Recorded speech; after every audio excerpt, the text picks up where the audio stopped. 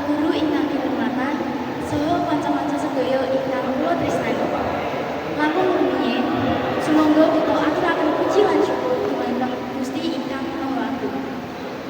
Awit sampun paring rahmat lan hidayahipun saengga kita saged manunggal wonten ing adicara ing wekdal menika kula ngaturaken pidato kanthi tema bebayani narkoba tumrap generasi muda. Tema menika wigati kangge kita sedaya mangertos kadosipun kangge kita para siswa generasi penerus bangsa.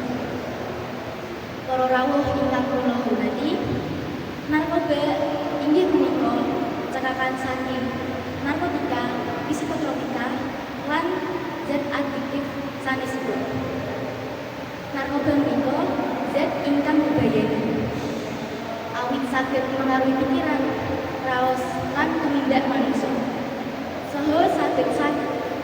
Saha saged nyebabaken ketergantungan. Jenising narkoba dipun peparang dados 3 bagian. Inggih punika narkotika, kados ganja lan heroin, ingkang saged nyuda kesadaran. Psikotropika, kados ekstasi lan sabu-sabu, ingkang saged mengaruhi kahanan jiwa. Bahan adiktif sanesipun kados miras lan rokok, ingkang saged ndadosaken kecanduan. Penyalahgunaan narkoba nduwèni akibatipun bebayani. Saka segi kesehatan, obat-obatan bisa merusak organ, merusak sistem kekebalan, lan merusak kesehatan mental. Kanthi pendidikan, obat-obatan bisa menyebabkan konsentrasi lan kinerja akademik turun. Secara sosial, obat-obatan bisa merusak hubungan kalih keluarga lan kanca-kanca, lan nyebabake pengguna dadi tumindak ilegal.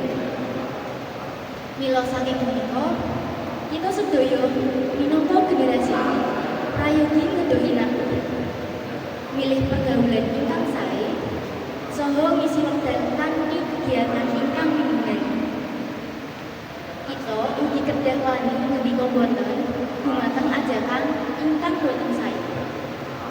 Mekaten pidato ingkang saged kula aturaken, mugi kita sedaya dados generasi ingkang sehat, pinter, lan bebas saking narkoba.